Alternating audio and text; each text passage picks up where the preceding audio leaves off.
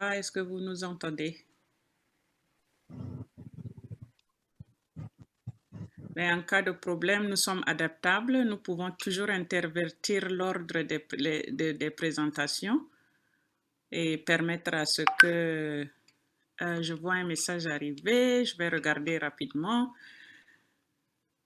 OK.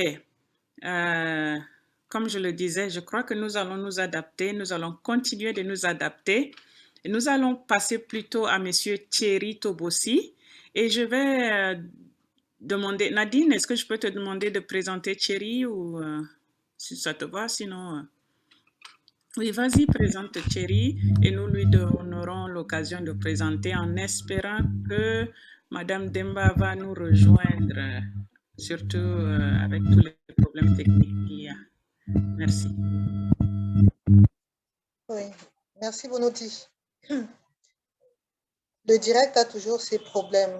Et l'avantage que nous avons, c'est que depuis le début, on s'adapte. Je suis sûre que Madame Demba, qui est un peu mon homonyme, sans le N, va nous rejoindre. Je vais vous présenter Monsieur Tobossi qui va nous entretenir sur le thème dispositif de lutte contre l'esclavage moderne, cas du Bénin et du Togo. Monsieur Thierry Donald Tobossi est chercheur en droit et sciences criminelles, titulaire d'un master professionnel en stratégie et ingénierie des affaires, d'un master en droit pénal et sciences criminelles. Il est spécialiste du droit privé en général, en droit des affaires et droit pénal en particulier. Il est passionné des sciences criminelles. Il est engagé dans la promotion des modes alternatifs de règlement des différends, le respect des droits de la défense et des droits des personnes humaines. Précédemment collaborateur juriste senior dans divers cabinets d'avocats au Bénin, il est auteur et co-auteur de plusieurs travaux scientifiques, dont certains sont disponibles sur le portail du droit OADA et l'un édité aux éditions universitaires européennes. Consultant et formateur dans diverses matières du droit, il est membre actif des cliniques et réseaux juridiques. Monsieur Tobossi Thierry Donald est l'actuel directeur de la clinique des lois de l'ONG Wake Up for Rights du Bénin. Merci, Monsieur Tobossi, de nous parler des dispositifs de lutte contre l'esclavage moderne, cas du Bénin et du Togo. Merci.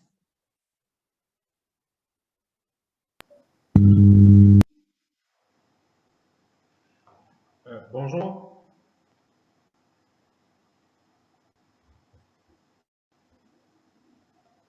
C'est bon? Vous m'entendez? Bonjour à tous. Bonjour, Monsieur Tobossi. Alors, je souhaiterais partager mon écran en attendant que ma caméra ne fonctionne. Je suis sûr que l'équipe technique est en train de prendre les dispositions pour que ce soit possible. Mais il y a quand même une préoccupation sur le micro. J'ai l'impression, je ne sais pas si le volume.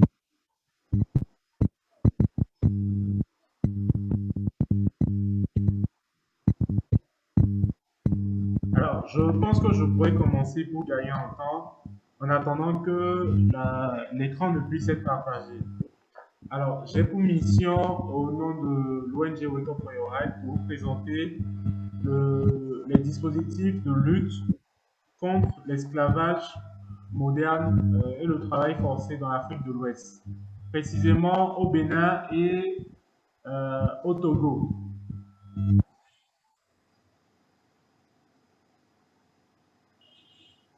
C'est bon, je peux partager l'écran?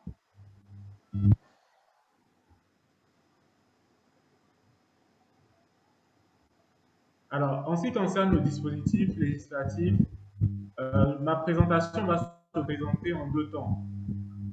À l'analyse de la législation en vigueur dans l'Afrique de l'Ouest, on se rend compte qu'il y a des dispositifs étatiques qui sont reconnus Et dans le même temps, il y a des dispositifs non étatiques qui sont éprouvés.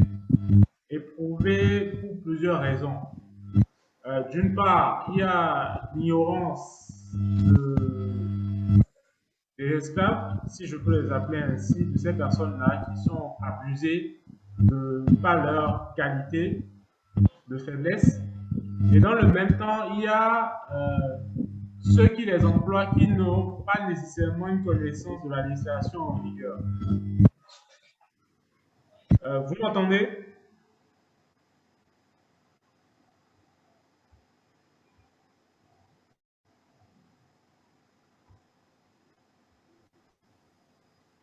Alors, en ce qui concerne ma présentation, il faut savoir déjà que l'esclavage dans la conquête est une chose qui n'arrive pas à accident. C'est ce que Montesquieu disait dans son ouvrage L'esprit des lois. Mais il faut se rendre compte aussi qu'il faut procéder à une clarification conceptuelle et dissocier l'esclavage du travail forcé.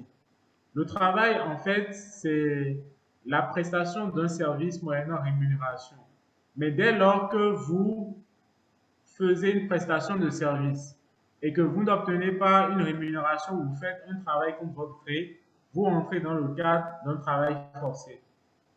Parlant de l'esclavage, la Convention de Genève du 25 septembre 1926 prévoit en son article 1er que l'esclavage est l'état ou la condition d'un individu sur lequel s'exercent des attributs de droit de propriété ou certains d'entre eux. Et quand on parle de droit de propriété, c'est le droit que dispose une personne sur une chose ou un bien. Et parlant de bien aujourd'hui, dans le contexte de l'esclavage moderne qui nous réunit, on se rend compte que la personne humaine est chosifiée et est désormais dans le contexte, dans le commerce, contrairement à tous les standards et normes internationales. Et quand on interroge un peu la législation béninoise et togolaise, on se rend compte que les constitutions prévues de manière formelle que la personne humaine est sacrée et inviolable. Et vous pouvez le constater au moyen des dispositions des articles 11 de la constitution togolaise et 8 de la constitution béninoise. L'alinéa premier de l'article 21 reprécise en cette disposition de manière formelle que la personne humaine est sacrée et inviolable. Dès lors que la personne humaine est sacrée et inviolable, il n'est pas possible de pouvoir l'assujettir ou de pouvoir la mettre dans une condition d'esclave.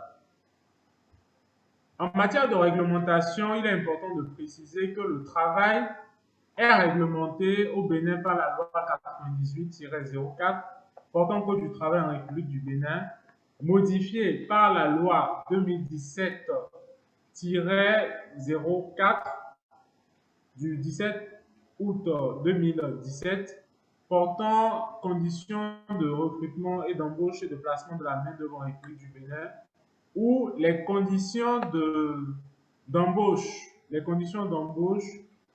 et les modalités de déroulement des contrats de travail ont été prévues. Dans le code togolais du travail, c'est la même chose qui a été prévue à cet effet. Par ailleurs, il est important de soulever que dans l'ordonnancement juridique ouest-africain, il y a un principe qui est consacré, c'est celui de la libre circulation des personnes et des biens. Et par rapport à ce principe de la libre circulation des personnes et des biens, il est facile de pouvoir quitter un pays pour un autre dans l'espace communautaire que constitue la CEDEAO. Dans l'Afrique centrale, on parlera de la CEMAC. Alors, en ce qui concerne les dispositifs étatiques reconnus, le législateur a prévu divers mécanismes de protection. Ainsi, on pourra distinguer des mécanismes juridictionnels de ceux non juridictionnels. Et tout à l'heure, dans mon introduction, j'abordais la question de la protection constitutionnelle Parce que le législateur a prévu de manière expresse et formelle que la personne physique et la personne humaine est sacrée et inviolable et est hors du commerce.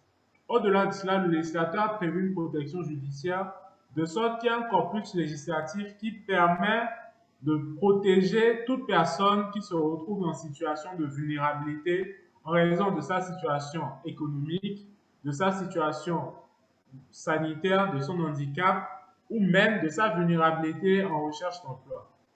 S'agissant des mécanismes non juridictionnels, il y a des mécanismes sociaux et des mécanismes politiques qui ont été mis en place.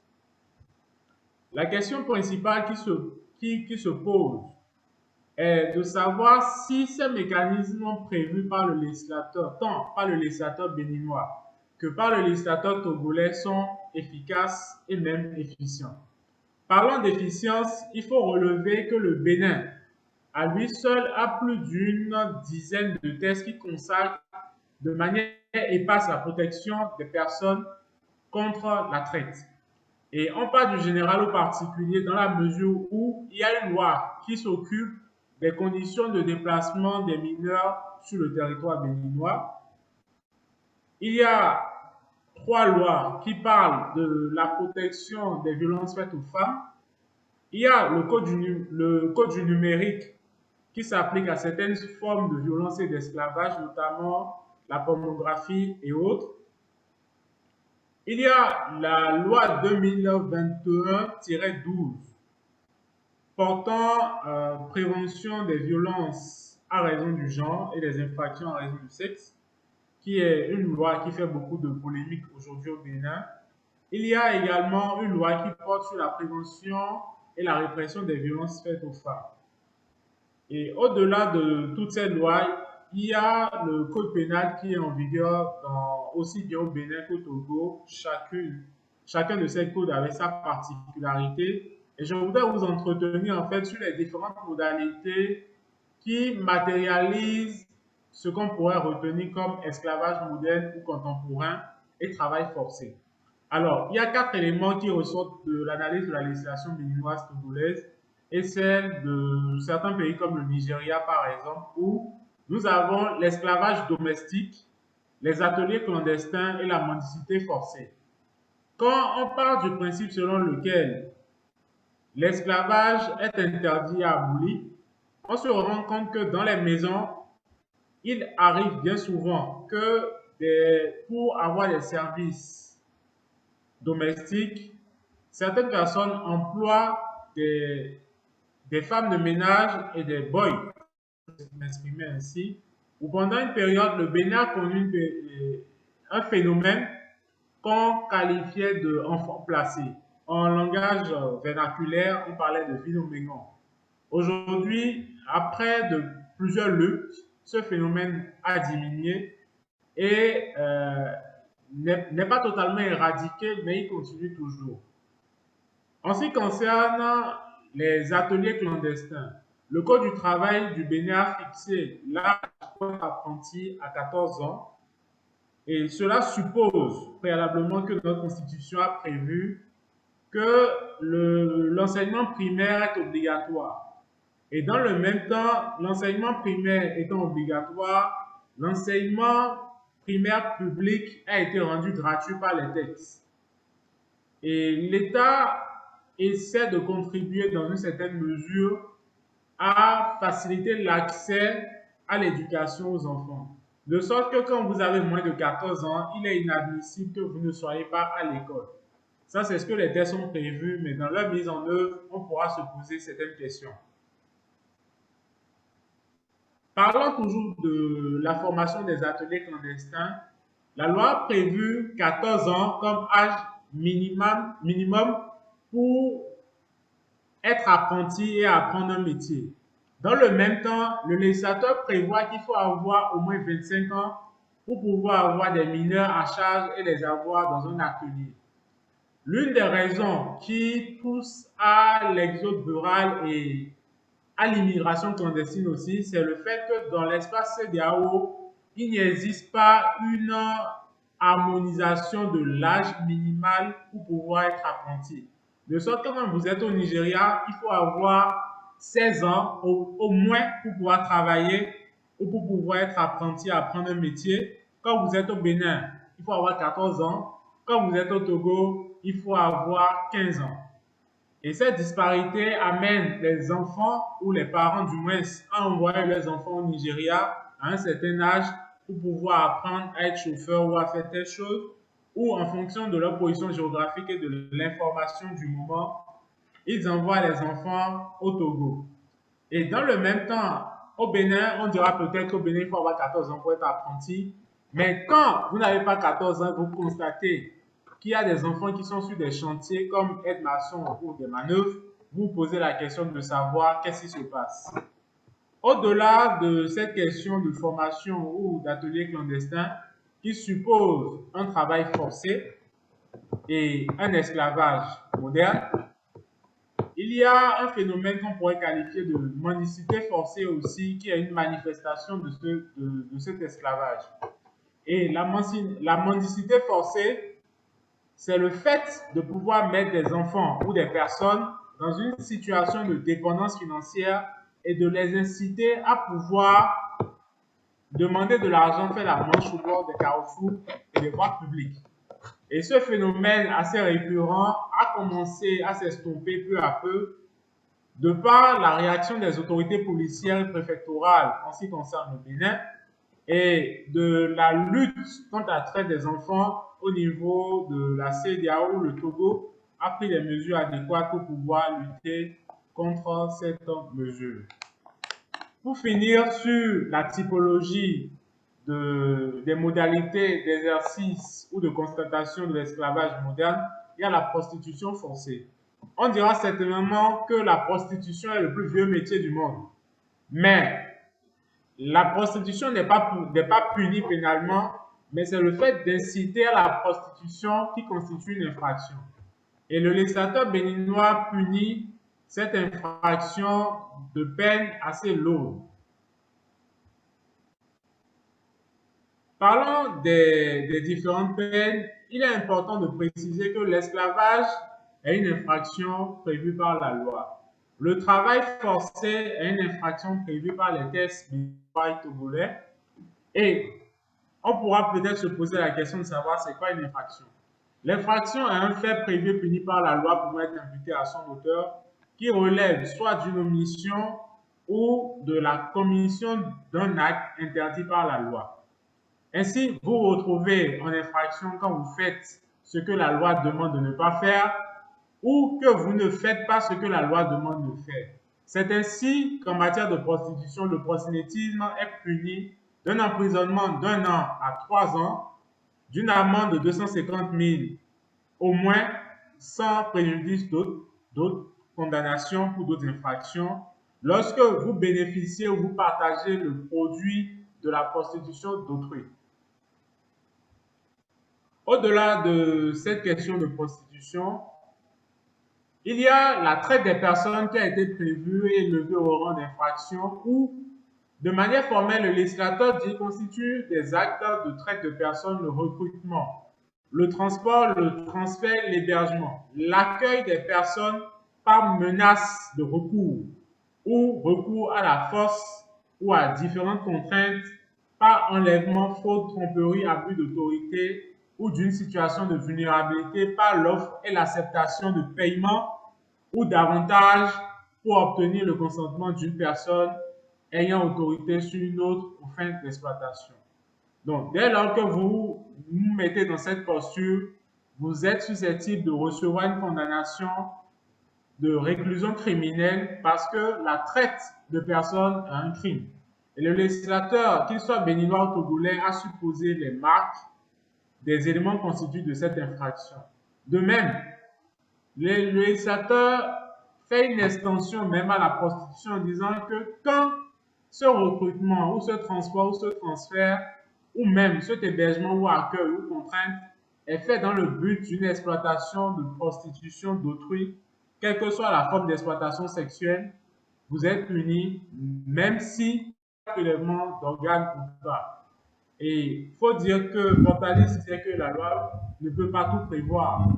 Mais au-delà de cette prévision, le consentement de la victime est indifférent à la constitution de l'infraction. Et dès lors que vous vous retrouvez à être assujetti ou à être victime de travail forcé ou d'esclavage, et on oppose aux juridictions que vous avez donné votre consentement, ce consentement est inopérant.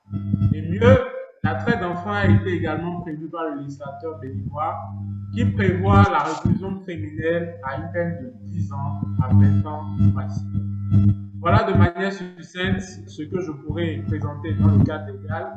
En ce qui concerne les moyens non reconnus, les dispositifs non étatiques éprouvés, il y a l'éducation du citoyen qui est faite par les organisations de la société civile, notamment Wake Up for Your Rights, l'ordre des avocats du Bénin et du Togo, et surtout l'ordre des avocats de l'UEMOA, qui contribuent fortement à la diffusion du droit. Par ailleurs, il faut dire que les dignitaires religieux et les chefs traditionnels sont associés dans cette lutte pour pouvoir amener les gens à briser le mythe de l'esclavage. Et par ailleurs, il y a des dispositifs de dénonciation qui sont en voie d'élaboration, des numéros verts qui sont mis à la disposition des populations pour pouvoir dénoncer les cas d'esclavage dont ils ont connaissance. J'espère que je suis resté dans les temps. J'aurais bien voulu partager avec vous mon écran. Malheureusement, ça n'a pas pu se faire parce qu'il y a de très belles images que j'ai sélectionnées pour pouvoir vous montrer la réalité de cette lutte. Merci beaucoup à vous et je reste à votre disposition pour toutes les observations et questions ou précisions. Merci beaucoup. Merci beaucoup, M. Tobosi, d'avoir légèrement, un tout petit peu débordé du temps, mais un tout petit peu quand même. Mais bon,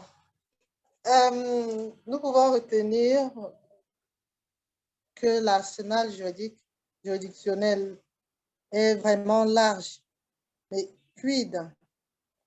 J'ai vu que vous êtes sorti au temps du Togo, du Bénin, et vous avez inclus un peu le Nigeria, peut-être à proximité géographique. Nous aurons le temps certainement dans les questions et d'avoir les réponses adéquates. Nous avons également eu les formes, toutes les formes d'esclavage moderne que vous nous avez données, esclavage domestique, atelier clandestin, prostitution. Et il sera vraiment que l'application de toutes ces dispositions qui sont prises, qui, si elles étaient appliquées effectivement comme il fallait, nous vivrons dans un monde idéal. Je ne sais pas si Madame Demba est déjà prête. Si ce n'est pas le cas. Non, on ne le voit toujours pas. Alors, je pense que nous allons passer au présentateur, Dr. Bou. Et si vous voulez bien le présenter, ou vous voulez que je le fasse. Vas-y. Vas-y, tu vas présenter le Dr. Bou. OK. Donc, conclure cette présentation. Le docteur Jacques Bou sur le thème « Quelles sont les solutions ?» Je vais mettre ça à côté de ça. Okay. Quelles sont les solutions au phénomène? Alors, qui est le docteur Bou? Le docteur Jacques Bou est titulaire d'un doctorat en droit public et en politique de développement. Il a été enseignant de droit administratif et de droit budgétaire à l'université d'Angers-Cholet. Ancien fonctionnaire au Tchad, il a exercé des fonctions de conseiller à l'ambassade du Tchad à Lagos, au Nigeria, où il a contribué au règlement d'un conflit frontalier très grave sur le lac Tchad. Puis, il est directeur adjoint de la coopération internationale, chargé de mission au ministère des Affaires étrangères et de la coopération jusqu'en octobre 1978. Il est actuellement consultant en administration, gestion et réorganisation des territoires. Monsieur Bou est maire honoraire de la commune de Tout le Monde, qu'il a dirigé pendant 19 années Il a été vice-président de la communauté d'agglomération du Châtelet de 2008 à 2018. Pour finir, M. Bou est auteur de plusieurs ouvrages, dont Les parlementaires français et le budget du ministère de la coopération. Merci, M. Jacques Bou, de nous entretenir sur la solution au phénomène de l'esclavage moderne.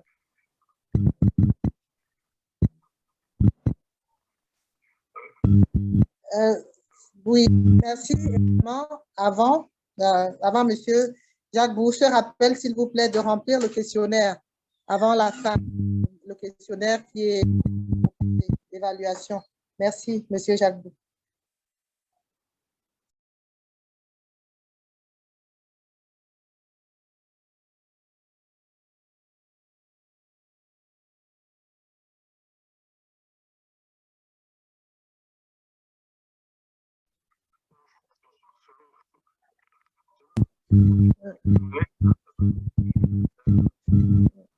Je salue particulièrement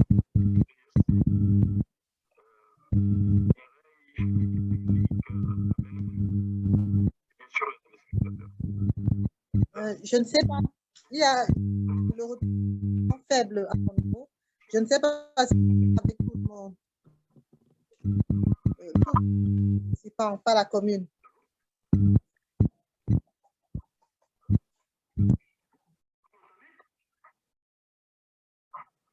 Vous entendez ou pas? Oui, maintenant. Nous vous entendons.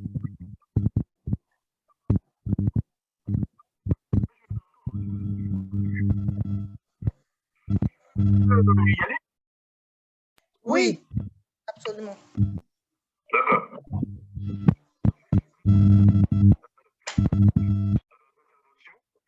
Celle que j'ai reçue et qui m'a précédé ont montré avec un certain bruit les causes intrinsèques de la nature multiforme de l'esclavage moderne. Les solutions qui ne sont pas exhaustives sont une approche réaliste d'objectifs et d'actions menées pour mettre fin à ce fléau dans le cas est assez brutal dans la mesure où il existait, mais de façon sournoise. Et elle s'est amplifiée ces derniers temps. Et c'est grâce à la préoccupation de quelques associations nationales et internationales vertueuses que ce phénomène a été mis au grand jour.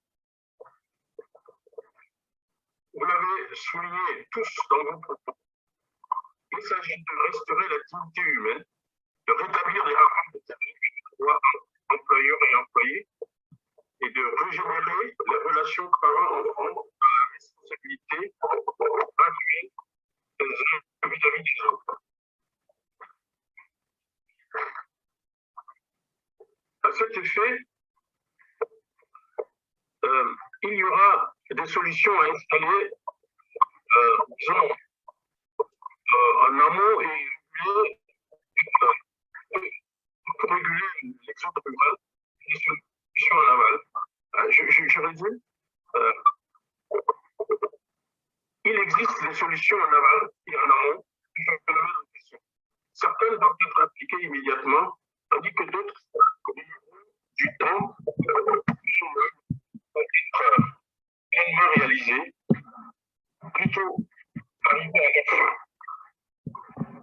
Donc, dans un premier temps, nous commencerons d'abord par présenter les solutions transversales qui concernent et conditionnent le succès de l'ensemble de ces mesures. Les solutions transversales.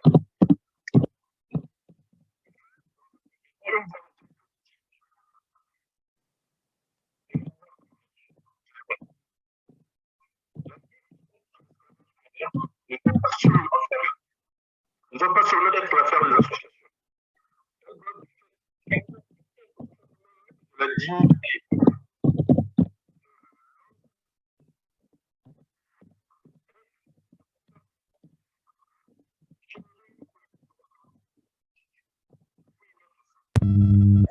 Monsieur Jacques Bou, beaucoup de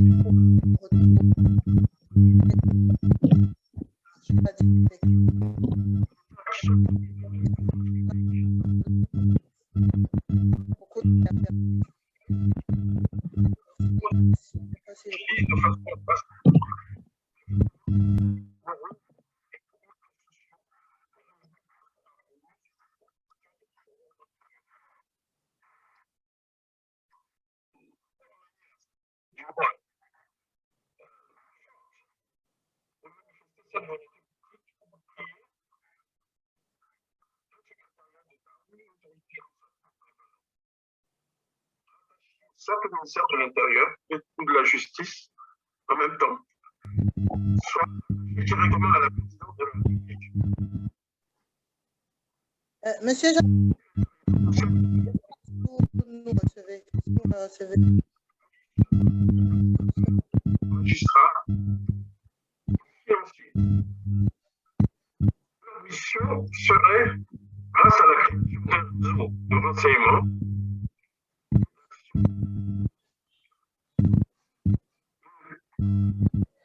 c'est compliqué. La technique a trahi.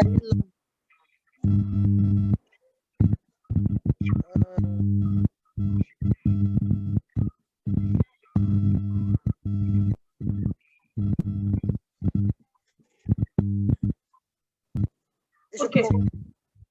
Oui. Je ne sais pas si quelqu'un Je vais essayer de voir comment ça se passe là-bas. Une seconde. quelqu'un a pu entendre une phrase entière, mais c'est vraiment compliqué ici. Je ne peux pas transmettre un seul mot, en fait. Les mots étaient vraiment entrecoupés. Je peux proposer que M. Jacques essaie d'intervenir par écrit, peut-être, dans le forum. On essaie de faire avec les moyens de bord si la technique refuse, faire des petites résumés par écrit et ça va permettre de connaissance déjà de la présentation ou du contenu et puis de poser des questions le cas échéant et M. Bou pourra aussi intervenir à répondre là-bas et puis on pourra transmettre ça ici. Parce que Justement, Nadine, je trouve ta proposition judicieuse pendant que l'équipe technique cherche des solutions et que Monsieur Dr Bou essaye peut-être de mettre des petites bits, des bouts très bon qui vont servir de points saillants de sa proposition, de sa présentation. Nous pouvons mettre le temps à profit pour permettre aux autres panélistes de revenir, surtout le docteur Mamder qu'on a mis un peu en stand-by, et aussi de permettre à l'assistance de poser leurs questions, tout en gardant l'œil sur le chat pour voir ce que le docteur Bou présente. Alors, adaptation, c'est la nature humaine. Allons-y. En ce moment, nous ouvrons la séance des questions et réponses à l'assistance en rappelant à tout le monde que le docteur Mamder avait 3 points très importants qu'il voulait partager avec nous après sa présentation. Alors, je vois ici une question qui vient de Delphine Morta. Et elle dit que, à ce que j'ai compris et retenu de notre brillant exposé, M. Tobossi, y a-t-il un code de famille qui est adopté? Une grande différence par rapport au Tchad qui n'a toujours pas adopté le code de famille afin que la justice puisse statuer sur les cas d'atteinte aux droits humains des enfants, de la jeunesse et de la femme. Que faudrait-il faire afin que ce code de famille soit adopté au Tchad? Je vois que la question de Delphine Morta a plusieurs volets. Oui, elle pose le problème de la nécessité du code de famille qui est adopté dans beaucoup de pays africains comme d'autres pays dans le monde, mais qui reste un problème au Tchad. Et certainement, ce code permet justement de se pencher sur beaucoup de questions relatives à la protection de l'enfance et des femmes qui s'inscrit dans cette question d'esclavage moderne et des maltraitances. Cette question s'adresse à Thierry, mais je propose que juste après l'intervention de Thierry, que le docteur Mamder rebondisse sur cela parce que je pense que c'est une bonne transition pour lui permettre d'exposer les 3 points Sanya qu'il a annoncés plus tôt. Thierry Tobossi. Ok. Effectivement, j'ai abordé la... Vous m'entendez? Oui, oui, oui, on vous écoute. D'accord. J'ai abordé la question du code des personnes de la famille et du code de l'enfant. Pour ce qui concerne le code des personnes de la famille, il faut dire qu'au Bénin, il existe depuis 2004. Il existe depuis 2004 et il a été revisité en décembre 2021 avec quelques réformes sur la transmission du nom à l'enfant. Et en ce qui concerne le code des personnes de la famille, son évolution est partie d'un certain principe. Le code qui protège plus l'enfant et les familles aujourd'hui, c'est le code de l'enfant qui a une loi de 2015. Et sur la question de savoir qu'est-ce que le Tchad pourrait faire aujourd'hui pour pouvoir se doter d'un code des personnes de la famille, c'est qu'il faut déjà faire le point des us et coutumes et essayer de les codifier et voir quelle est la vision que le gouvernement tchadien ou les Tchadiens ont par rapport à l'avenir de leur pays. Et une fois que cet exercice est fait, la loi pourra être déposée au Parlement qui va pouvoir valider ce texte et mettre l'homme et l'enfant au cœur du développement. Et je pense que c'est sur cette démarche que vous pourrez avoir très rapidement un code des personnes et de la famille, ou même, à défaut, un code de protection de l'enfant. Merci. Merci, Monsieur Tobossi, pour cette réponse très succincte. Est-ce que le docteur Mamder a de quoi ajouter à ce que Monsieur Tobossi vient de dire? Sinon, est-ce qu'il peut utiliser cela comme... oui, est-ce que vous pouvez, docteur, utiliser ça comme transition pour revenir sur les 3 points que vous avez annoncés plus tôt? Votre micro, docteur, votre micro. Voilà, ok, tu arrives à l'ouvrir. Oui, d'accord. Non, ce que M. Tobossi a dit, je crois que c'est une partie de droit pur, comme dirait l'autre, et surtout de l'enfant. Donc, personnellement, et je ne crois pas avoir grand-chose à ajouter. Et par rapport à l'organisation, je crois que c'est vraiment l'histoire de l'enfant. Bon, c'est peut-être la couverture sociale hein, qui peut être très intéressante dans ce cas. Et là aussi, si le pays, le Tchad, a besoin d'un appui hein, pour les expériences existantes ou des réflexions qui ont été menées, elle peut l'obtenir dans la rédaction de son code, quelques appuis du BIT, enfin de l'OIT, quoi. Et je ne sais pas si je continue avec le problème de l'emploi ou bien je vois mon ami Bou est là. Je ne sais pas si c'est lui qui reprend. Je ne sais pas. Justement, nous avons le plaisir d'accueillir une fois encore le docteur Bou. Vous êtes présenté, docteur. Désolé pour les problèmes techniques que vous avez connus. Nous vous repassons la parole pour dire ce que vous aviez commencé parce que je crois que nous n'avons pas retenu grand-chose à cause des bruits. J'espère que là, vous m'entendez mieux, non? Oui, beaucoup mieux. Et désolé hein, de vous bousculer, mais nous allons demander votre indulgence et vous demander d'être assez bref. Oui. Donc je disais donc que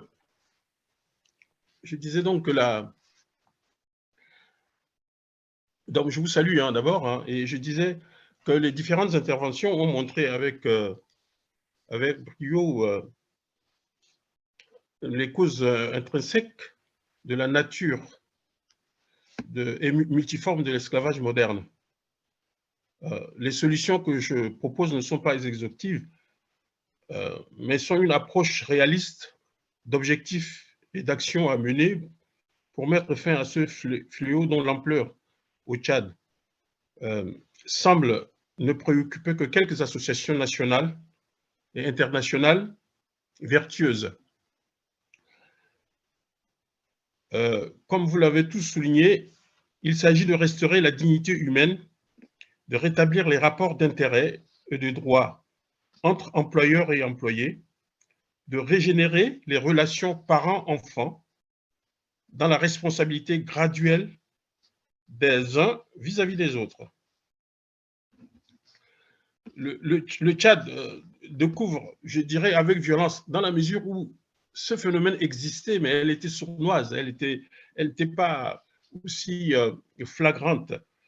Ce phénomène qui, malheureusement, est mondial, hein, ce n'est pas le fait du Tchad seulement.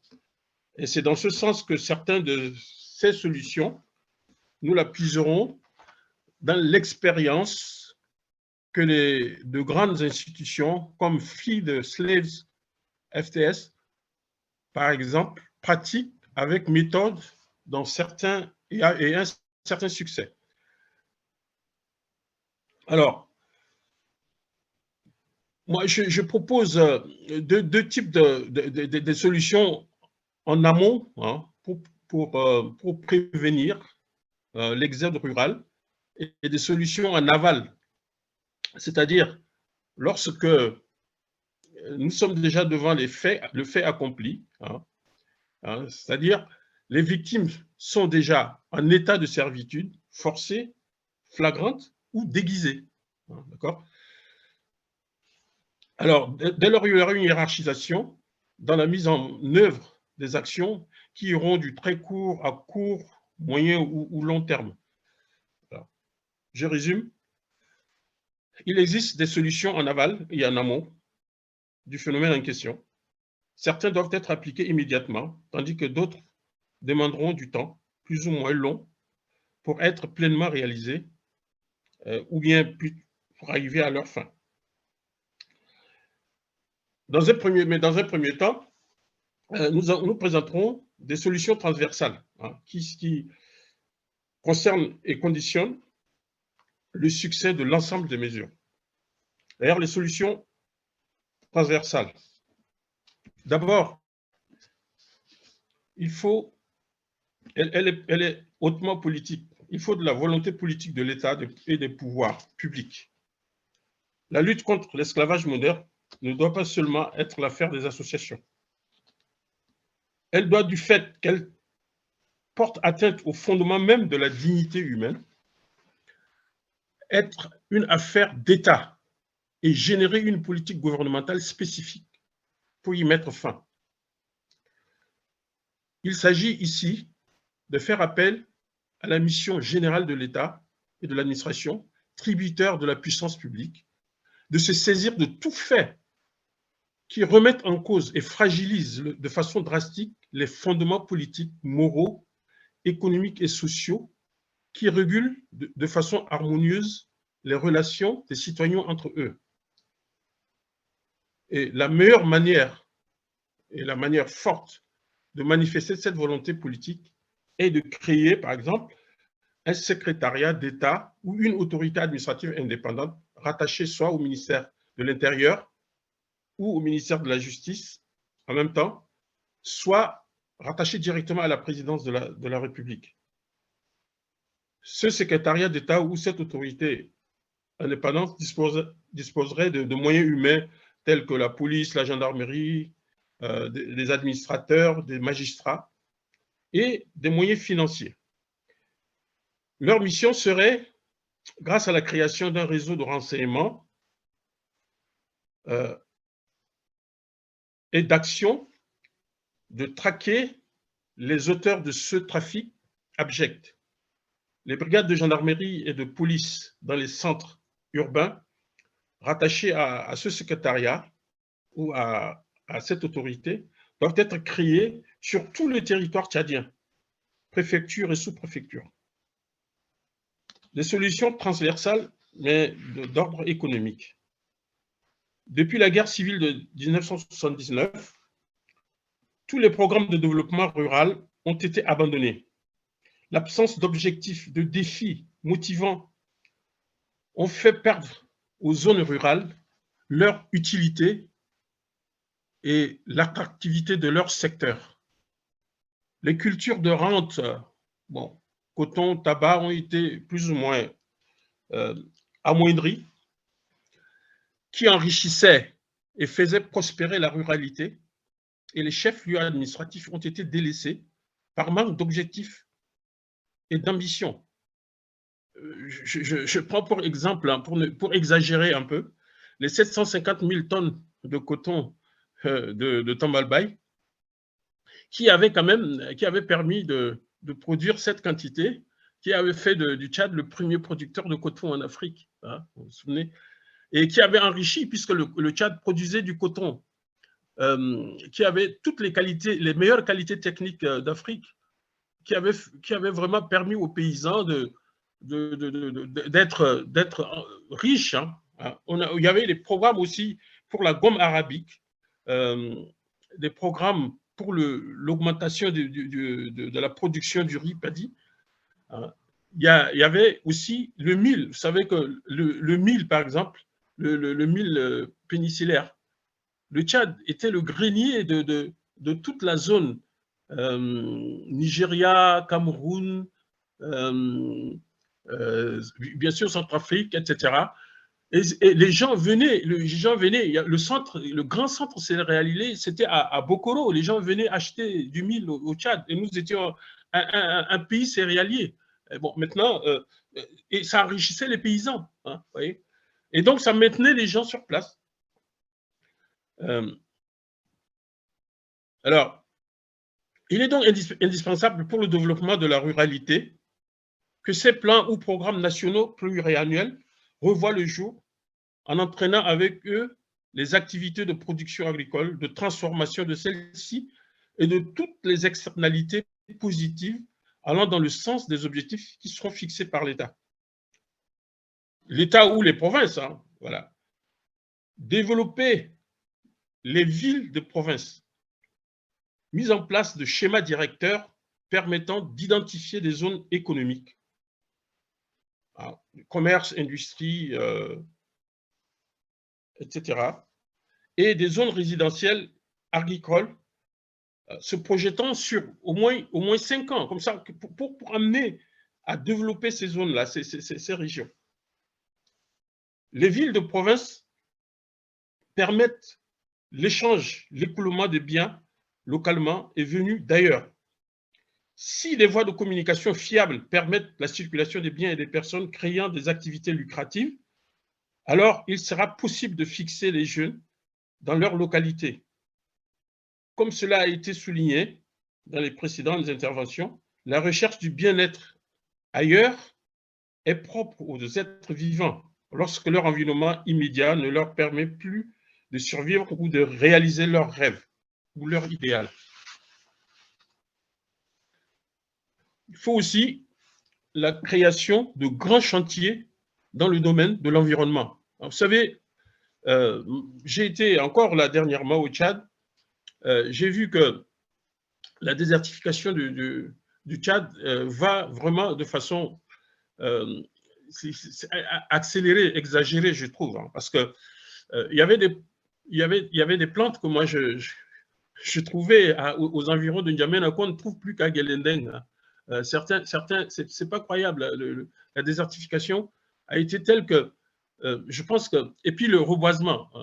Moi, je vis ici où chaque fois qu'on coupe un arbre, on replante un autre à la place. Ce n'est pas le cas. Nous avons encore des forêts primaires de très, très riches et qui sont malheureusement délaissées. Donc, on peut créer, dans ce domaine de l'environnement, le reboisement du Tchad, créer même des brigades de l'environnement ça va créer des emplois, des gens qui, non pas, on ne plante pas un arbre et puis on attend, il faut qu'il soit arrosé, etc. Et là, c'est des métiers à trouver dans ce sens-là. Il y a des solutions transversales d'ordre juridique aussi. Le Code civil tchadien, notamment le droit des personnes, doit prôner dans ces dispositions la protection des individus, notamment des mineurs, comme toute forme d'esclavage nommément énumérée dans l'article 3 de la Convention de l'OIT, numéro 182, sur les pires formes de travail des enfants hein, de 1999 et ratifié d'ailleurs par le Tchad. Le Tchad devrait, dans les plus brefs délais, ratifier aussi la convention C-189, je crois que ça a été dit tout à l'heure, toujours par l'EIT de 2011, des travailleuses et des domestiques afin de le rendre exécutoire. Et vous savez bien que si le Tchad montre sa carence notoire dans ce domaine, il est possible de l'attaquer. Hein. Il est possible d'attaquer le gouvernement qui ne fait pas un effort pour appliquer les règles pour lesquelles il s'est engagé. Donc, on pourrait judiciairement attaquer le gouvernement. Dans le code de la famille à créer, ou bien qui est en instance d'être créé, il faut que soit dictée l'obligation des parents à envoyer tous les enfants à l'école, filles comme garçons, jusqu'à l'âge de 18 ans. Alors, j'ai mis 18 ans, pourquoi? C'est pour tenir compte de l'entrée souvent tardive des enfants à l'école et des redoublements de classes qui sont très fréquentes au Tchad. Si les parents ne respectent pas cette loi, ils sont sanctionnés. En revanche, l'État peut et doit financièrement les aider à éduquer leurs enfants selon certains critères à définir. L'État doit également multiplier les écoles publiques et les centres de formation technique gratuits et pouvant recevoir des boursiers en cas de besoin, surtout ceux qui sont loin de leur localité. Alors, maintenant, ces solutions transversales qui, si elles sont mises en place, permettent aussi d'aller plus loin dans les solutions en amont, par exemple. En amont, c'est avant que l'enfant ne quitte sa localité pour aller chercher mieux ailleurs. Alors, comment faire pour que les jeunes ne soient pas attirés par l'exode vers des grandes agglomérations, et notamment N'Djamena, où ce phénomène s'observe le plus souvent? Il y a également les départs sous contrat négociés par des parents, avec l'assentiment ou la complicité des autorités administratives villageoises ou cantonales. Premièrement, il faut d'abord accentuer l'éducation, puisque l'éducation a été laissée complètement à l'abandon. Donc, l'éducation, la formation aux métiers liés à la ruralité sont une première solution. Les écoles techniques pour la réparation, par exemple, des outils de machines agricoles. Je crois que le Tchad va aller de plus en plus à avoir des tracteurs, mais l'existence des charrues, les motopompes pour l'irrigation, les conducteurs d'engins de voirie et agricoles. Hein, vous voyez, ce sont des choses qui vont se faire, qui sont. Moi, j'ai vu plein de tracteurs qui ont été utilisés, qui sont abandonnés parce qu'on ne pouvait plus les réparer. Ça jonche là dans certains coins de champs. Et on peut aussi aller plus loin, parce que ce sont des choses qui existaient avant, on formait les jeunes à cela. La formation pour les cultures maraîchères, la formation à l'électricité en bâtiment, la formation d'installateurs et d'agents de maintenance de panneaux solaires. Vous savez que les panneaux solaires, les panneaux voltaïques, ce sont l'énergie qu'on peut engranger. Maintenant, il va remplacer tout, parce qu'on ne peut pas électrifier avec les filaires tout le Tchad. Et ce sont des produits qui sont appelés à se développer, et il faut qu'il y ait des installateurs et des gens qui assurent la maintenance. Formation de pompiers, parce que j'ai assisté à un truc, voilà, vous voyez, actuellement, il y a beaucoup d'incendies au Tchad et il n'y a pas de pompiers. On a la formation de maçons, de plombiers, de menuisiers et de charpentiers. Tout ça, je sais que ça existe, il existe. Et il faut leur apprendre à créer des entreprises par exemple, en unissant, en créant des corps de métier, plusieurs corps de métier associés, forment une entreprise qui peuvent agir. Voilà. Formation au métier de la vente aussi, même si de la vente, mais surtout aussi apprendre aux jeunes à gérer une entreprise. Même ici, c'est une micro-entreprise, c'est très important. Docteur, En fait, la mise en place aussi d'une banque locale pour financer et accompagner les micro-investissements et les moyennes initiatives locales. Et je sais que moi, personnellement, je l'ai initié dans les relations dans les villages de coopération qu'on avait avec la commune que je dirigeais, avec le Burkina Faso. Ça fonctionne très, très bien. Ça a permis de créer des micro-entreprises au niveau rural. Il est indispensable que les chefs, lieux de préfecture, de sous-préfecture, soient des lieux importants d'échange, des échanges, où l'on peut trouver l'essentiel des produits manufacturés de première nécessité. Voilà, lait en poudre, farine, sucre, aiguilles, fil à coudre, cahiers, vêtements, etc., etc. Assurer l'animation des villages grâce aux associations culturelles et culturelles, sportives et sportives. Sensibiliser les populations au phénomène de l'esclavage moderne en organisant des groupes de réflexion et de formation à la vigilance. Apprendre aux parents et responsables du village leur devoir de protection des jeunes et leur disposition à leur inculquer l'amour du terroir. Leur donner l'information qu'on ne peut pas vendre un enfant qui a des droits comme tout individu et que le manquement à cette règle est une infraction passible de lourdes peines. Alors, bon, etc. Hein. Bon, voilà, Merci, Dr. Bou. Merci.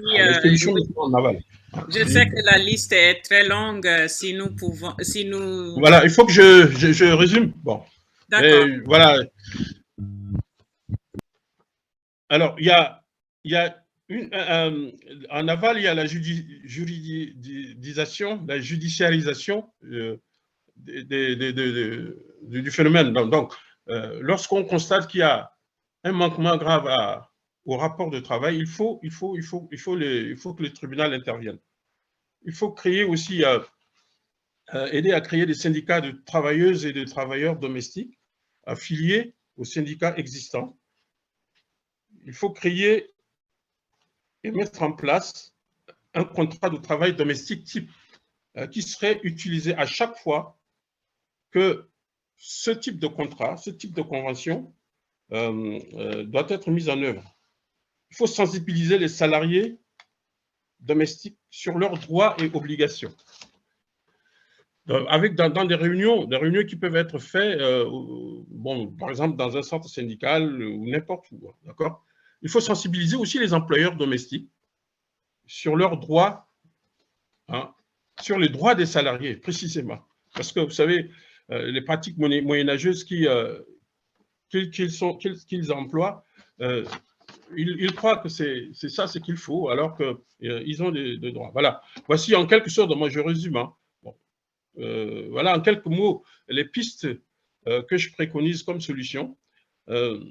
Évidemment, il faut un effort conjugué des pouvoirs publics, des associations, du législateur, du juge, des citoyens, pour arriver à juguler ce phénomène qui prend de l'ampleur en Afrique et dans le monde. Même si au Tchad, nous ne disposons pas de statistiques régulières pour le mesurer, ce sera l'affaire de ce secrétariat d'État que j'appelle de tous mes voeux et qui mettra le Tchad en tête de la lutte contre ce phénomène. Voilà, merci. Merci, un grand merci, Dr. Bou, pour cette présentation aussi bien en qualité qu'exhaustive, cette proposition des solutions, des pistes de solutions. Nous vous remercions vraiment pour votre travail et nous, étant membres de DST, nous savons combien vous êtes engagés dans cette initiative pour donner des opportunités aux jeunes, non seulement là où vous êtes et non seulement au Tchad, mais dans les pays en voie de développement en général. Et oui, il est à retenir que vous avez proposé des solutions en amont, des solutions en aval et des solutions transversales qui regroupent des solutions, qui regroupent des initiatives législatives, qui regroupent des initiatives en éducation, aussi bien qu'en matière d'intervention juridique et judiciaire, basée sur les lois qui existent déjà, sur les conventions que le Tchad a ratifiées, et vous proposez aussi la mise en place de d'autres législations, d'autres règles pour ajouter à l'arsenal qui existe déjà.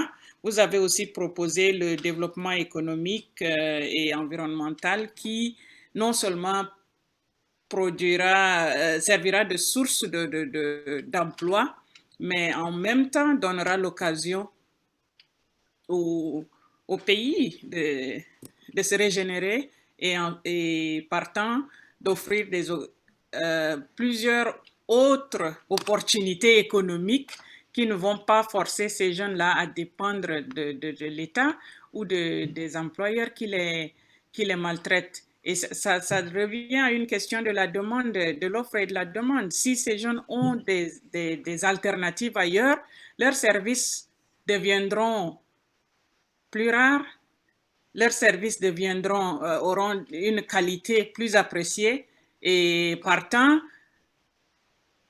leur paye va s'améliorer et leur traitement, même si, pour revenir à ce que l'un des panélistes a dit, oui, ne mettons pas la tête dans le sable, le travail domestique a toujours existé et continuera d'exister. Mais les conditions de ce travail-là vont certainement s'améliorer si les employeurs se rendent compte qu'il faut bien traiter ces employés pour les avoir.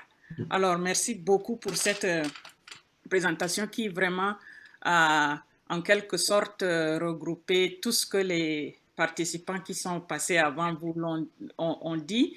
Et je vois que nous sommes très patients, nous sommes restés assez longtemps assis, mais je reviens, j'insiste sur ce que le docteur Mamder avait à dire. Et avant de lui donner la parole encore une dernière fois, j'ai introduit une question que j'ai vue postée par Basile sur le chat et renforcée par la question de Mbairebe Célestin. Basile a dit que d'après les informations présentées aujourd'hui, il y a beaucoup de lois et de garde-fous contre l'esclavage et l'exploitation des mineurs. Le problème, c'est que beaucoup au Tchad ne respectent pas ces lois. Que faut-il faire pour changer cela? Et Mbairebe le renforce en disant, toutes ces mesures sont-elles réellement ignorées par les pouvoirs publics ou bien comment expliquer leur carence au Tchad? Et ça revient à ce que vous avez présenté, docteur Mamder, sur les conventions qui existent et que le Tchad a ratifiées. La législation tchadienne, même si les représentants du gouvernement n'ont pas eu l'occasion d'être des nôtres aujourd'hui, les présentations des uns et des autres ont clairement souligné que le Tchad a légiféré sur ce problème, même si ce n'est pas dans les plus petits détails. Le Tchad a ratifié beaucoup de conventions allant dans ce sens et je trouve que c'est une très belle transition pour que vous présentiez ces 3 points-là que vous avez annoncés au début. Allez-y. Docteur Mamder. Oui, je ne sais pas si j'aurai grand-chose à dire après mon ami Bou, parce qu'il a déjà pratiquement tout dit sur ce que je vais avoir à dire. Sinon, je rappelle les conventions qui existent effectivement, parce que tout ce que mon ami Bou a dit, ça se fait déjà. Il y a des textes qui nous permettent d'avoir des bases juridiques pour agir et pour réagir. Pour agir, parce que ça nous indique ce qui est possible de faire. Les exemples existent de par le monde. Et réagir si jamais, justement, au niveau du pays, les autorités du pays ne se permettent pas d'acter comme il se doit par rapport aux conventions qu'ils ont signées, ben, nous avons la possibilité de pouvoir les interpeller et surtout de pouvoir aller au niveau de la structure OIT pour interjecter en quelque sorte appel pour qu'ils soient rappelés à l'ordre en quelque sorte, puisqu'ils se doivent de faire rapport par rapport aux conventions qu'ils ont ratifiées. Donc, tous ces outils-là existent, et juridiques existent, et je rebondis justement à la question qui a été posée par quelqu'un que vous avez rappelé tout à l'heure. Il y a beaucoup de lois, c'est vrai, mais la question justement, c'est comment arriver à ce que ces lois soient mises en application. Donc, dans les pays, ce qu'au niveau de l'Organisation internationale du travail, on essaie de faire et de promouvoir, puisque c'est l'organisation type tripartite. Nous soutenons, n'est-ce pas, les organisations des travailleurs, comme des employeurs aussi d'ailleurs, pour être en mesure de voir avec le gouvernement ce qu'il y a de mieux à faire pour le mieux-être de la société, que ce soit dans le domaine du travail ou que ce soit dans le domaine de la couverture sociale par rapport aux revenus. Donc, les outils sont disponibles et justement, bon, il y a des textes de loi, ce que vous avez dit tout à l'heure. Il y a au moins 2 conventions que je vais essayer de citer. En ce qui concerne le travail domestique, il y a la convention 189 et 201, je crois que, et la recommandation 201. Je crois que vous avez cité ça aussi dans son intervention. Et ces conventions-là, justement, jettent les bases de ce qu'il y a mieux à faire dans le domaine du travail domestique, parce que ça donne toutes les informations sur les tenants et aboutissants de cette activité et indique les voies qu'il faut suivre pour que le travail puisse être fait dans un sens où le travail serait décent pour ceux qui vont avoir à exécuter ce travail-là.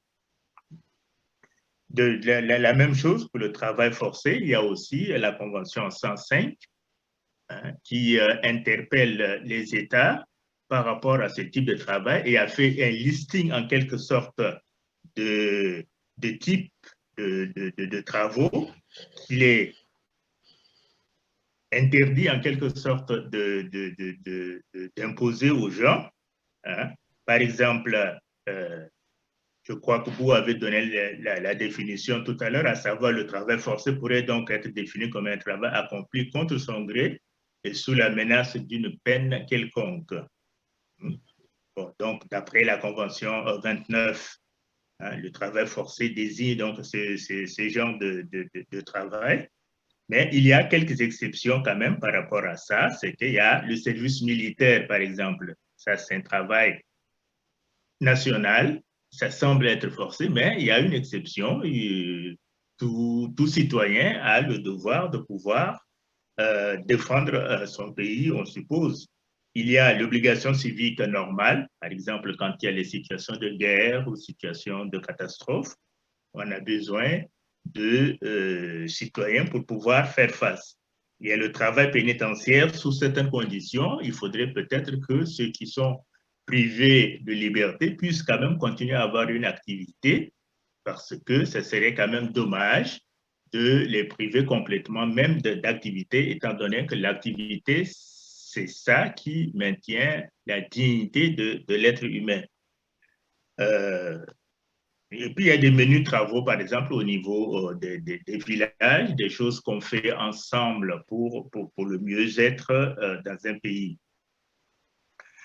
Et par contre, il est quand même dans ces textes-là, dans la Convention 105, par exemple, il est spécifiquement interdit le recours au travail forcé en tant que sanction pour l'expression d'opinion politique, pour comme punition pour avoir participé à des grèves, par exemple. Tout ça, c'est interdit.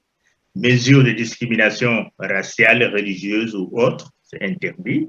Mesures de discipline du travail ou à des fins de développement économique. C'est-à-dire qu'on ne doit pas faire travailler des gens forcément sous prétexte qu'on va faire un développement économique sans les payer, parce qu'un travail forcé en général, ce n'est pas payé.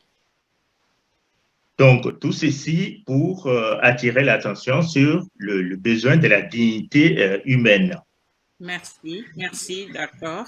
Merci pour ces ajouts qui nous éclairent encore plus sur les différentes nuances et les différentes teintes qui existent entre le travail décent, le travail forcé, l'esclavage.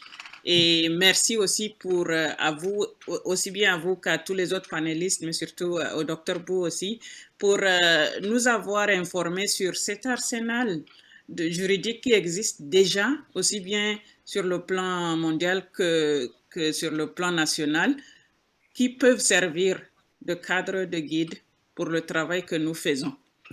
Alors, je tiens à tirer mon chapeau à tous les panélistes qui ont su nous tenir en haleine pendant pratiquement 4 heures. Malgré les difficultés techniques, je suis très impressionnée par vos différentes interventions. Je remercie également tous les membres de l'assistance. Quand je vois le nombre, nous étions 44, nous sommes toujours 42 après tout ce temps. Et ça, c'est la patience qui a toujours caractérisé les Tchadiens, les Africains en général. Et vous nous honorez en restant, vous témoignez de votre intérêt pour ce thème et les différents sous-thèmes et sujets abordés. Nous espérons que ça ne va pas s'arrêter ici, que c'est juste le début, comme on l'a dit. Et je vais donner la parole au Dr Ramadita Tabo pour conclure, disons pour maintenant, pour prononcer un mot de clôture pour maintenant et aussi jeter les jalons pour la suite du travail que nous allons faire. Le docteur Ramadita Tabo, il est chercheur, agronome et directeur de l'Institut international de recherche sur les cultures des zones tropicales semi-arides, basé à Bamako au Mali. Il a été lauréat du prix Nobel de la paix en 2007 en tant que membre du groupe intergouvernemental sur l'évolution des changements climatiques, GIEC. Et aujourd'hui, en plus de son travail à l'Institut international de recherche à Bamako, Dr Ramadita Tabo travaille activement au sein de l'initiative de l'association Diaspora Initiative Sociale pour le Tchad en tant que coordinateur des projets. Alors, je lui passe la parole. Docteur Tabo, vous avez la parole pour prononcer vos mots de remerciement, aussi bien à nos panélistes qu'à nos participants. Bonsoir, ou bien bonjour plutôt, parce que je sais que Bonjour, tu es aux États-Unis, vous êtes à 4 heures de retard sur nous, donc bonjour, nous sommes déjà à 18 heures. Donc bonsoir à tous ceux qui sont en Afrique de l'Ouest et du Centre, ceux de N'Djamena sont à 19 heures. Je tiens aussi à vraiment vous féliciter, comme Bonodi l'a dit, hein, nous sommes patients. J'espère que certains d'entre vous, vous n'avez pas pris un petit sommeil avant de revenir. Si vous avez pris du thé ou de café chaud, je pense que vous avez suivi tous les débats. Mais de toutes les façons, je pense que vraiment, comme Bonodi l'a dit, nous ne sommes pas, ce n'est pas une conclusion en tant que telle, c'est seulement des remarques que je veux faire. Je pense que tout a été dit, hein. Le docteur Jack Bou a bien résumé ce qu'on voulait entendre comme résumé, comme solution. Le docteur Josué, le grand frère Josué Mamder a aussi tout dit. Donc, je vais peut-être procéder seulement à une formalité de remerciement et puis faire 1 ou 2 points de remarques et on va lever l'encre. Donc, au nom de l'ONG Diaspora Initiative Sociale pour le Tchad, DIST, je voudrais remercier les organisateurs du webinaire, particulièrement ma sœur Irène Jimtolou, la présidente du comité ad hoc d'organisation du webinaire et secrétaire général de DIST, les membres de ce comité, je suis aussi un des membres, donc je me félicite aussi et je me remercie aussi, M. Eric Jimtoloum et Natacha pour l'organisation technique de la rencontre, M. Esaï Toinga qui a ouvert ce séminaire par des remarques assez inspirantes, qui est le président de DIST pour son soutien constant lors des discussions du comité ad hoc. Et je remercie également les deux modératrices, Dr Bonoji Nako et Nadine Demba, qui n'ont pas eu la tâche facile parce que quand les gens ont un document devant eux, ils veulent tout dire. Et ça n'a pas été facile de les arrêter, mais je pense que ça, c'est une leçon qu'on va tirer. Je remercie également les intervenants, les panélistes et tous nos invités et participants qui ont enrichi les débats par leurs questions et suggestions. J'espère que nous ayons eu tous et toutes suivi avec beaucoup d'intérêt et passion les présentations des intervenants et panélistes et les discussions et débats concernant les causes intrinsèques et la nature multiforme de l'esclavage moderne et des travaux forcés.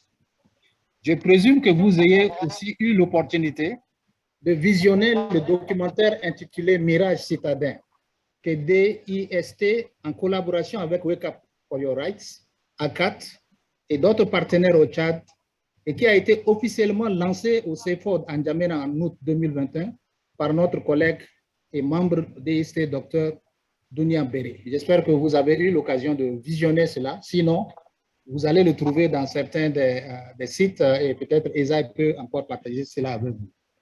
Mais comme commentaire, je voudrais montrer que je suis 100% d'accord avec la sœur Delphine Morta quand elle avait dit que le problème auquel nous sommes confrontés, c'est un problème de mentalité de l'homme et de la femme sudiste qui est aliéné et qui pense qu'il doit travailler comme domestique ou travailler pour d'autres personnes. Les sudistes, et je m'excuse d'utiliser ce mot, ce n'est pas pour être régionaliste, mais parce que le problème auquel nous sommes confrontés, ce sont les jeunes qui vont du sud, qui reviennent à N'Djamena ou bien au nord pour faire ce travail dans les mines d'or. Et donc, c'est la raison pour laquelle je parle de ces sudistes, leurs parents également.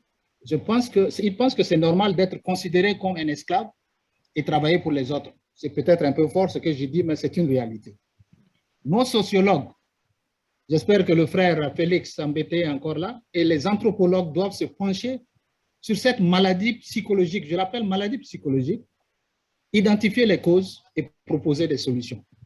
Parce que tant qu'on ne voit pas que notre dignité, c'est notre affaire personnelle, mais que c'est les autres qui doivent nous dire que ce qui nous arrive n'est pas bon, quelles que soient les mesures qu'on va mettre en place, il n'y aura pas d'impact. Donc, il faudrait que l'homme tchadien, en général, et le sudiste en particulier, se remettent en question. Pourquoi je dois toujours travailler pour quelqu'un d'autre? Pourquoi je dois toujours être considéré comme quelqu'un, un sous-homme? Je pense que ce problème, c'est ça le point focal de ce problème dont on parle. Le deuxième point, c'est le manque de volonté politique. On a entendu qu'il y a eu tellement de lois, tellement de régulations, mais il y a un manque de volonté politique pour pouvoir mettre en œuvre cela. Personnellement, en tant que membre de DIST, j'avais proposé des activités liées à l'agriculture et l'élevage qui pourront offrir des opportunités de génération de revenus à ces jeunes pour qu'ils restent dans le village. DIST va essayer de publier ces présentations, discussions et recommandations qui serviront à poursuivre les débats sur cette problématique et mettre en œuvre les solutions pour complètement résoudre ce problème de l'esclavage moderne et travaux forcés. Ce n'est pas normal que la dignité humaine soit bafouée. Une application Wake Up a été développée par l'organisation Wake Up for Your Rights, que dirige notre frère Esaïe, est mise en place pour permettre aux victimes de violences, abus sexuels, conflits éleveurs-agriculteurs d'alerter le centre de réception, les autorités locales et administratives sur ces problèmes. Esaïe pourrait vous donner davantage de détails pour accéder à ce logiciel. Je voudrais également finir maintenant par vous rappeler de remplir les formulaires d'évaluation du webinaire pour nous permettre de voir qu'est-ce qu'on peut faire de mieux prochainement Avec cela, je vous remercie tous et bon week-end à tout le monde. Merci. Merci. Merci, Dr Tabo. Je ne Merci. le dirai pas assez. Nous apprécions la participation du frère Chéri Tobossi qui nous a un peu mis dans le bain de ce qui se fait en Afrique de l'Ouest en général. Et nous remercions la sœur Nadine qui est camerounaise vivant à Yaoundé, qui a accepté sans hésitation de se joindre à moi pour la modération de ce panel, de ce webinaire, malgré que le problème soit au Tchad. C'est ça le panafricanisme, et je voudrais spécialement remercier ces deux frères africains qui se sont joints à nous pour discuter de ce problème. Alors, je rappelle à tout le monde que la plateforme Zoom va rester ouverte pour qui veut rester et bavarder. Nous vous avons retenu pendant 4 heures de temps. Alors, sentez-vous libre soit de rester et bavarder avec tout le monde ou d'aller vaquer à vos autres occupations. Mais une fois encore, merci à tous d'être venus et d'être restés jusqu'à la fin. Au revoir. Au revoir et merci. Merci beaucoup, Benedji. Merci et bravo, n'est-ce pas, pour avoir aussi magistralement conduit, n'est-ce pas, cette rencontre. Oui, oui, oui. Oui. C'est bien résumé. Hein. Ben, oui. Madita, c'est bien résumé, hein, c'est bien présenté. Merci à tous. Pour beaucoup qui sont encore là, on a comme tribune libre, là, les gens qui n'ont pas intervenu, qui ont des commentaires, pourraient le faire et puis on peut échanger encore quelques minutes avant de partir. Tout le monde peut ouvrir même sa vidéo de sorte qu'on puisse voir les personnes qui ont été là depuis le début, qui n'ont pas parlé. Sentez-vous libre d'intervenir. Hein? Justement, et à partir de maintenant, le leader, c'est le docteur Beret Dounia. Et Bonodi. Merci beaucoup. Hein. C'est toujours un plaisir de participer. On peut voir enfin notre technicien en maître. Oui, merci. Eric Bonodi, c'est la personne que tu as oubliée. Eric. La force tranquille. Ah oui, hein. Eric, le prestidigitateur, Eric. C'est comme ça que je l'appelle, le prestidigitateur, Eric. Exact. Eric. Oui. On va voir ta tête. Il a promis, hein. On tient sa promesse. Natacha. Allez. Bonjour. Docteur Mamder Lafia. Lafia wa grand bout. Lafia aussi porte to go. Merci. Alors, Tabo, tu m'entends? Oui, quelqu'un a dit Tabo? Oui, c'est moi, Bakir. Je voulais seulement dire bonsoir et merci. Ok. Oui, je t'informe que Antoine qui venait d'intervenir est dans tes murs. Et j'espère que vous allez vous rencontrer et discuter encore en longueur, en face à face. Donc, voilà. Antoine, je suis très contente que le grand frère Basile mentionne Antoine. J'allais justement aussi le présenter. Il est où? C'est Antoine Souniabe Missé, le président fondateur de l'association Jeunesse Anti-Clivage dans lequel j'ai commencé à militer quand j'étais au lycée. Et tout ce que je connais en matière de défense des droits de l'homme. Il est où? Il est là. Il est à Bamako? Il vient d'arriver à Bamako.